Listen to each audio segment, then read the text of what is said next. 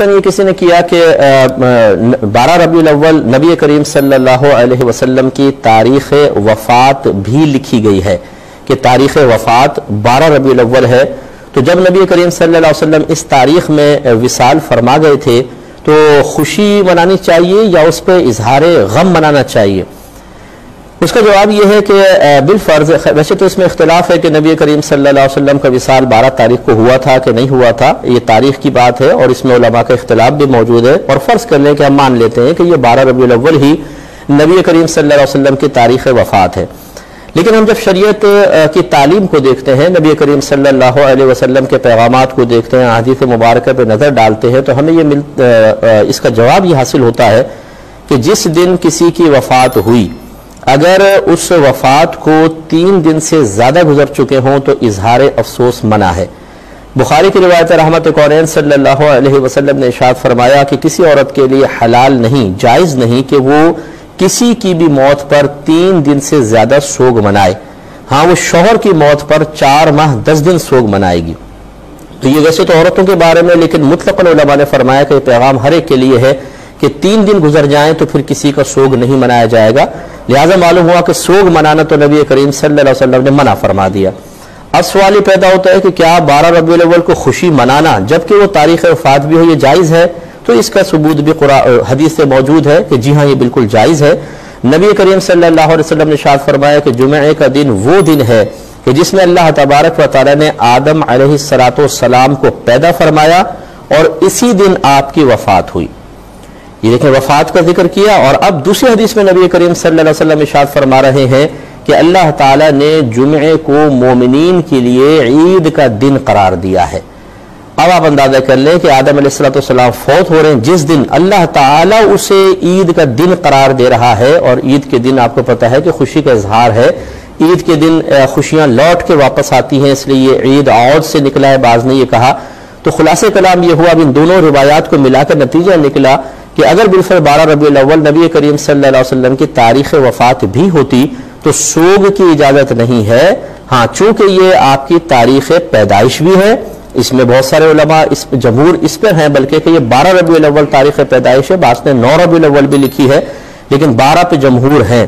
تو تاریخ پیدائش پر خوشی منانے کا تو ہمیں ثبوت حاصل ہوتا ہے، لیکن سوگ منانا منع ہے، لہٰذا اس میں کوئی حرج نہیں ہے کہ اللہ تبارک و تعالیٰ کے حکم کی تکمیل میں انسان خوشی کا اظہار کرے۔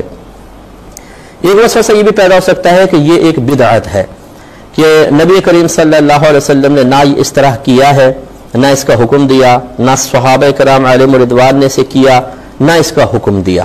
تو پھر ایک ایسا نیا کام کہ جو پہلے دور میں نہیں ہوا اسے کرنا کیسا ہے؟ یہ تو بدعت ہے، اور نبی کریم صلی اللہ علیہ وسلم کا فرمان ذیشان ہے کہ کل بدعت ضلالہ وکل ضلالۃ فی النار، ہر بدعت گمراہی ہے اور ہر گمراہی جہنم میں لے جانے والی ہے۔ تو معذاللہ نتیجہ نکلا کہ میلاد مصطفیٰ صلی اللہ علیہ وسلم پر خوشی کا اظہار کرنا، اس کے لیے اس طرح یہ اجتماعی طور پہ اہتمام کرنا بدعت ہے، اور جو اس بدعت کو اختیار کرے گا وہ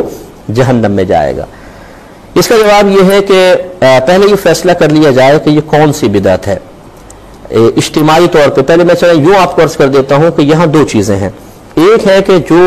میلاد مصطفیٰ صلی اللہ علیہ وسلم پر یہ ان 12 دنوں میں جو معمولات اختیار کیے جاتے ہیں ان سب کی انفرادی حیثیت علیحدہ کر لیں ان کو۔ مثال کے طور پہ کھانا کھلانا، سرکار کی پیدائش کے واقعات، سرکار کے مناقب بیان کرنا، آپ کے لیے محافل کا انعقاد، جھنڈے لگانا، لائٹنگ کرنا، جلوس نکالنا، یہ تمام تقریباً چیزیں ہوتی ہیں، ان کو آپ علیحدہ کر لیجئے، اور آپ یہ دیکھیں گے کہ یہ تمام چیزیں کہیں نہ کہیں قرآن یا حدیث سے ثابت ہوں گی، لہٰذا بدعت کا سوال ہی نہیں ہے۔ مثال کے طور پہ کھانا کھلانا، کیا نبی کریم صلی اللہ علیہ وسلم نے اس کی ترغیب نہیں دی ہے؟ اس کے فضائل ذکر نہیں کیے گئے ہیں؟ بالکل کیے گئے ہیں۔ تو یہ معلوم ہوا کہ یہ تو سرکار کے حکم کی تکمیل ہے۔ پھر اسی طریقے سے سرکار کی ولادت کے واقعات خود آپ نے بیان فرمائے، تاریخ کی کتابیں بھری ہوئی ہیں، حدیثوں کے اندر موجود ہیں۔ آپ کے فضائل مناقب یہ قرآن مجید میں خود اللہ تبارک و تعالی نے بیان فرمائے، تو یہ جب بیان ہو چکے، پہلے ان کا ثبوت اور سراغ موجود ہے، تو پھر یہ کوئی نئی چیز تو نہ ہوئی۔ نبی کریم صلی اللہ علیہ وسلم کے معجزات کا تذکرہ کتب حدیث میں بھرا ہوا ہے۔ اسی طریقے سے لائٹنگ وغیرہ کرنا یہ اظہار خوشی کا ایک طریقہ ہے، اور یہ اسی قل بفضل اللہ وبرحمتہ فبذلک فلیفرحوا کے تحت آئے گا کہ اگرچہ اس طریقے سے نبی کریم صلی اللہ علیہ وسلم کے دور مبارکہ میں موجود نہ تھا، لیکن ہر دور میں جو خوشی کے اظہار کا طریقہ ہو اور اسے قرآن و حدیث نے منع نہ کیا ہو، وہ اسی آیت کے تحت آئے گا۔ جیسے ہمارے شادی بیاہ کے اندر بہت سارے خوشی کے اظہار کے ایسے طریقے اپنائے جاتے ہیں کہ اگر آپ ان کا ثبوت قرآن یا حدیث سے ڈھونڈنے کے لیے جائیں تو آپ کو نہیں ملے گا۔ اسی طرح کسی کی فتح پہ خوشی کا اظہار ہوتا ہے مختلف انداز سے، اگر آپ بعینی اس کا ثبوت قرآن و حدیث سے تلاش کرنے کی کوشش کریں گے تو نہیں ملے گا۔ تو اس کے لیے اتنی اصل کافی ہے کہ اللہ تبارک و تعالیٰ نے خوشی کے اظہار کی اجازت دی ہے، اور اس کے لیے پھر دلیل ہر دور میں وہ عرف بنے گا کہ جو وہاں پر ایسا عرف قائم ہو خوشی کے اظہار کا جو قرآن و حدیث کے خلاف نہ ہو، اسے اس آیت کے تحت ہی آپ داخل کر سکتے ہیں۔ آپ اپنے قریبی علماء سے معلوم کریں، انشاءاللہ وہ ہماری اس بات کی تائید کریں گے۔ اس کے بعد جلوس نکالنا جیسے ہے، مثال کے طور پر یہ جلوس اصل میں اس جلوس کی یاد میں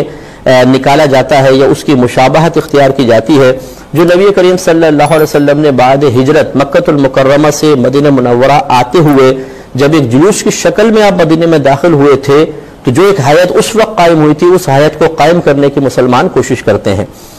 نبی کریم صلی اللہ علیہ وسلم جب تشریف لائے مدینہ کے قریب پہنچے تو حضرت بریدہ اسلمی رضی اللہ تعالی عنہ جو اس وقت تک ایمان نہیں لائے تھے اور کفار کی طرف سے قائم کردہ انعام کے لالچ میں نبی کریم صلی اللہ علیہ وسلم کو معاذ اللہ گرفتار کرنے کے لیے آئے تھے، جب یہ سامنے پہنچے تو رحمت کونین صلی اللہ علیہ وسلم نے زمین سے فرمایا، اے زمین اس کو پکڑ لے، تو ان کے گھوڑا گھٹنوں تک زمین میں دھس گیا۔ وہ گھبرا گئے اور انہوں نے نبی کریم صلی اللہ علیہ وسلم سے معافی طلب کی کہ میں معذرت چاہتا ہوں کہ میں نے آپ کو اس طرح میں نے آپ کے لیے ارادہ کیا، میں واپس چلا جاؤں گا، آپ مجھے چھوڑ دیں۔ رحمت کونین صلی اللہ علیہ وسلم نے زمین سے فرمایا اس کو چھوڑ دے، زمین نے چھوڑ دیا۔ وہ پلٹے لیکن پھر دل میں خیال آیا کہ شاید ہی ویسی ہو گیا ہوگا، چلو پھر میں پکڑتا ہوں، پھر ارادے سے پلٹے، نبی کریم صلی اللہ علیہ وسلم نے وہی سابقہ حکم فرمایا، زمین میں پکڑا، پھر ریکویسٹ آئی، سرکار نے پھر کرم فرمایا اور ان کو چھوڑ دیا۔ تو حضرت بریدہ اسلمی رضی اللہ تعالی عنہ سمجھ گئے کہ یہ کوئی جادو ٹونا نہیں ہے بلکہ واقعی آپ اللہ کے نبی ہیں اور یہ معجزے کا اظہار ہے، لہٰذا آپ نے کہا یا رسول اللہ میرے 70 ساتھی میرے ساتھ ہیں، میں چاہتا ہوں آپ ہماری بیعت لیں اور ہم سب کو مسلمان کریں۔ سرکار صلی اللہ علیہ وسلم نے ان سب کو مسلمان کیا۔ اس پر بریدہ اسلمی رضی اللہ تعالیٰ عنہ نے گزارش کی رسول اللہ صلی اللہ علیہ وسلم میں یہ چاہتا ہوں کہ مدینہ منورہ میں آپ کا داخلہ جھنڈے کے ساتھ ہونا چاہیے۔ سرکار نے اجازت مرحمت فرمائی تو آپ نے اپنا امامہ کھولا اور اسے نیزے پہ باندھا اور اس طرح اوپر کیا تو ایسا جیسے جھنڈا سا ہو گیا۔ وہ آگے کے چلتے تھے، 70 صحابہ ساتھ تھے، نبی کریم صلی اللہ علیہ وسلم اور صدیق اکبر رضی اللہ تعالیٰ عنہ اس طرح آگے بڑھے اور پھر دیگر صحابہ جب مدینہ قریب پہنچے وہ بھی اس جلوس میں شامل ہوئے۔ اب ایک طرف بچیاں ترانے گا رہی تھیں، طلع البدر علینا من ثنیات الوداع وجب الشکر علینا ما دعا للہ داعی، اور صحابہ کرام عورتیں بچے گھروں پہ ہیں اور پہاڑیوں کے پیچھے درختوں کے پیچھے لبیک یا رسول اللہ کے نعرے لگ رہے ہیں۔ تو آپ اندازہ کریں، ذرا غور و تفکر کریں کہ اس جلوس کی حیت اور جو آج جلوس نکالا جاتا ہے اس میں آپ کو بہت زیادہ مشابہت نظر آئے گی۔ میں مشابہت تامہ تو نہیں کہوں گا کہ آج نبی کریم صلی اللہ علیہ وسلم جسمانی لحاظ سے ہمارے درمیان جلوہ افروز نہیں ہے، لیکن بہرحال اس کی مشابہت ضرور نظر آئے گی۔ تو اس جلوس کی یاد میں مسلمانی جلوس نکال رہے ہیں تو اس کی اثر سے قرار دیا جا سکتا ہے تو بدعت تو نہ ہوئی۔ اسی طریقے سے اور جو دیگر اہتمام جیسے محافل وغیرہ کے انعقاد، بچے نے بھی کویسچن کیا تھا، نعتیہ محافل، اگر آپ تھوڑا سا غور کریں تو جب کفار نے نبی کریم صلی اللہ علیہ وسلم کی بسا اوقات ہجوف کی، آپ کے لیے ایسے شعر لکھے تو نبی کریم صلی اللہ علیہ وسلم نے حضرت حسان بن ثابت رضی اللہ تعالیٰ عنہ کے لیے خاص طور پہ مسجد میں ممبر قائم فرمایا اور فرمایا کہ حسان ہماری طرف سے ان کو جواب دیں۔ تو اشعار کی شکل میں حسان بن ثابت رضی اللہ تعالیٰ عنہ نے جواب دیے، سرکار اور صحابہ کرام جلوہ فروز آپ جواب دے رہے۔ تو یہ ایک نعتیہ محفل کیسا ایک سما ہے کہ جو آج قائم ہوتا ہے، اس طریقے اس کی یاد آج بھی قائم ہو رہی ہے۔ تو معلوم ہوا کہ انفرادی طور پہ تو ہر چیز کا کوئی نہ کوئی ثبوت آپ کو کہیں نہ کہیں ملے گا، لہذا کوئی بھی چیز اپنی اصل کے اعتبار سے بدعت نہیں ہے۔ اس پہ کلام کرتا ہوں، یہ کالر منتظر ہے۔ السلام علیکم۔ خلاصہ کلام یہ ہوا کہ دیکھیں میلاد مصطفیٰ صلی اللہ علیہ وسلم پر جو امور اختیار کیے جاتے ہیں، اگر ان سب کو آپ انفرادی طور پہ دیکھیں تو کسی نہ کسی کا کہیں نہ کہیں کوئی نہ کوئی ثبوت قرآن سے یا حدیث سے ملے گا یا اس کی اجازت قرآن یا حدیث سے ملے گی، لہٰذا انفرادی اعتبار سے ان میں سے کسی بھی چیز کو بدعت کہنا صحیح نہیں ہوگا۔